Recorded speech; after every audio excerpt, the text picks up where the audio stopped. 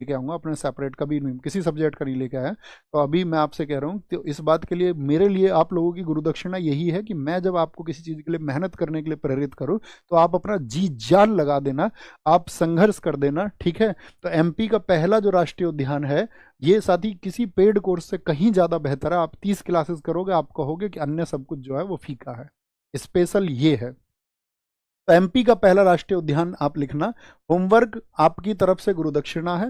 Homework आपने लिख दिया, आपने खुद को डेडिकेशन के साथ में आगे बढ़ा लिया, तो मैं ये समझूंगा मुझे मेरी फीस मिल चुकी है, और वो छात्र वर्ग जिस क्रांति के लिए हम बढ़े थे वो हम कर चुके हैं, और वो रिवॉल्यूशन आ रहा है धीरे धीरे धीरे धीरे, वो गांवों तक पहुंच रहा है। जब गांवों के बारे में किसी ने नहीं सोचा, जब बहुत महंगी फीस बहुत सारे आपका प्लेटफॉर्म रखा करते थे, तब हमने एक छोटी सी फीस के साथ में गाँवों तक, ऐसा नहीं था कि हमने किसी छोटी सी फीस में सिर्फ जीएस को लॉन्च कर दिया, नहीं, ऑल ओवर पूरी भर्ती की तैयारी एक छोटी सी, जो अब पूरे भारतवर्ष में किसी ने नहीं किया।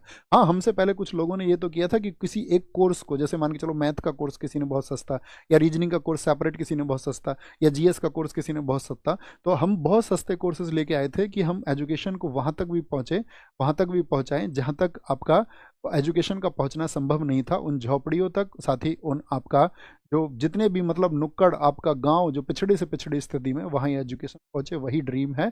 और आप उम्मीद करूंगा कि एक दिन उस कोने से सिलेक्शन लेकर के ये आएंगे, और जब छात्र कहते हैं जी मैं अपने आसपास के गाँव में पहली सरकारी नौकरी लगने वाला छात्र हूँ, तो वो बेहद खुशी पहुँचाने वाला पल होता है, और उसमें हमको ये लगता है कि जिस चीज़ के लिए हम चले थे हम उसको हासिल कर रहे हैं।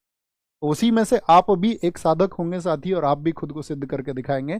और अगर आप सच में मेहनती हैं और सच में ईमानदार हैं, लेकिन सिर्फ इतनी बात याद रख लेना, आपका जो लक्ष्य है ना, जो टारगेट है, ये याद रख लेना, इस लक्ष्य के लिए आप क्या क्या छोड़ सकते हो, इस लक्ष्य के लिए आप क्या क्या छोड़ सकते हो, क्या क्या त्याग कर सकते हो। ये आपका ये लक्ष्य जितना भी महान हो, चाहे जितना भी बड़ा हो, आप इसको प्राप्त कर लेंगे, आप इसको प्राप्त कर जाओगे मेरे साथी। लेकिन इसके लिए आपको देखना यह है कि आप क्या क्या छोड़ सकते हो।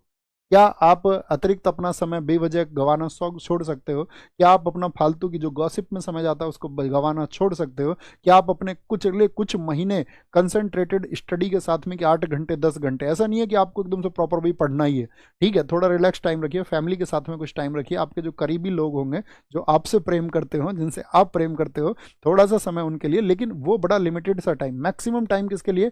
अध्ययन के लिए, इस लक्ष्य के लिए। बाकी सब अगर आप भूल जाएंगे तो फिर अपने आप वही बात हो जाती है कि अर्जुन का निशाना मछली की जगह कहाँ हो जाएगा? आंख पे हो जाएगा, और वही आपका लक्ष्य होना चाहिए। इस बार जो आपका एग्जाम होगा वो आपको करके रहना हर हाल में, उसके लिए सब कुछ त्याग कर दीजिए, सब कुछ छोड़ दीजिए, और अपना जो मैक्सिमम टाइम है उसी के साथ ही यूटिलाइज करिए उस अपने टारगेट के लिए।